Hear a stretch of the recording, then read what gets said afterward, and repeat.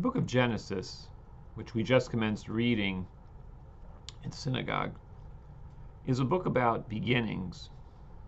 And I use the plural rather than the singular because there are actually multiple beginnings.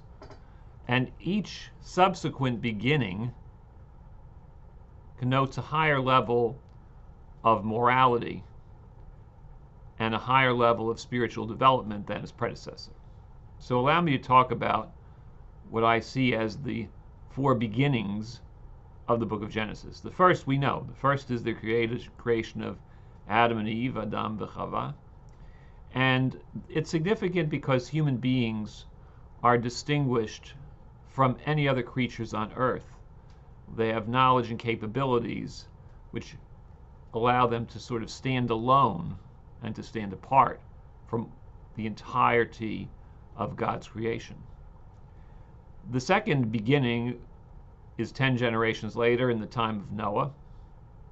And when the world is recreated in Noah's time, it becomes embedded in the concept of having 7 Noahide laws, Shiva mitzvot b'nei Noach, which ask of humanity to create an ordered and just society.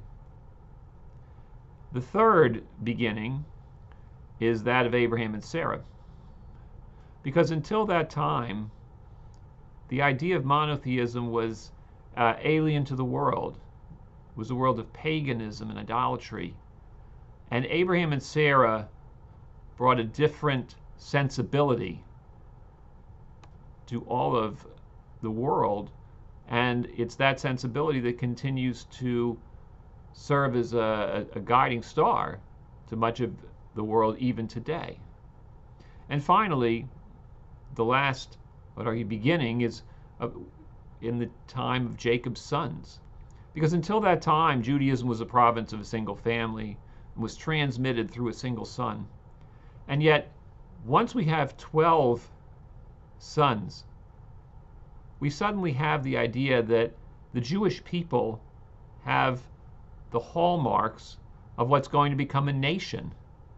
And our ideal will be we are a nation governed by morality, governed by monotheism, and governed by a sense of peoplehood. And as I said at the outset, each of these builds upon and raises higher what has preceded it. So in this year, 5782, I hope that our own spiritual growth and development will mirror that of the book of Genesis. And as we read those magnificent chapters, I hope we'll be inspired to go higher and higher on our own spiritual ladders.